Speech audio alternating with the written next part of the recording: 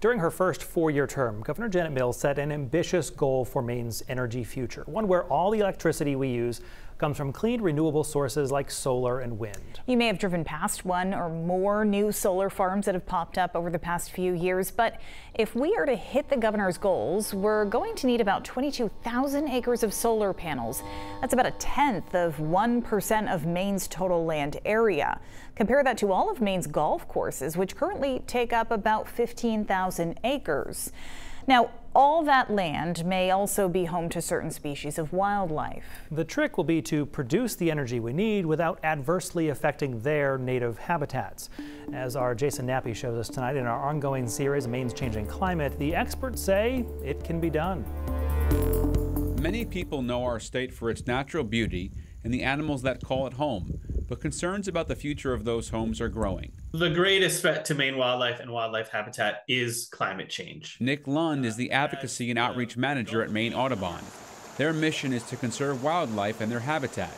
Lund says both are in danger due to a warming climate. For us to avoid the worst impacts of climate change, we need to rapidly transition away from fossil fuels. However, Maine Audubon stresses that environmental impacts of renewable energy development, like all development, must be minimized. There are a lot of strategies that we can use, policy strategies, mitigation strategies that can reduce the impact we have and get the best of both worlds. By advancing solar energy in Maine, Lund says everyone wins.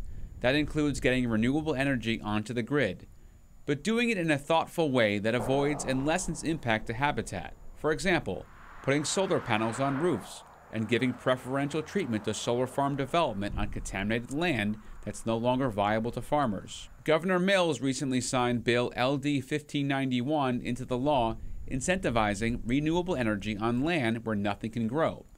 But it's not just solar farms that Maine Audubon has on the agenda.